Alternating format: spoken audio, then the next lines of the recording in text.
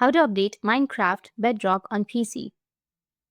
So if you want to update Minecraft Bedrock on your PC, then what you need to do is first, you just need simply open up your Microsoft Store. If you've downloaded your Minecraft from your Microsoft Store, you need to open up your store.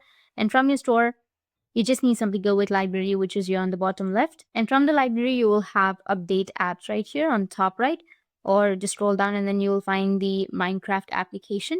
Once you find the Minecraft, you can go with the right side and go and update it. Or you can also just go with search and search for Minecraft. Once you've searched for Minecraft, it will show the application. Now, if you've downloaded or if you already have the Minecraft application or the game, then you will have the update option. But in my case, I've not installed it, so I have get. But in your case, if you have installed the application, you will have the update option. You can go and update it. So from here, this is the first method. Or if this doesn't work, you can also update it from your Xbox or your Minecraft launcher. So that's how you can update Minecraft Bedrock on PC. And if you have any questions, feel free to comment below. Thanks for watching.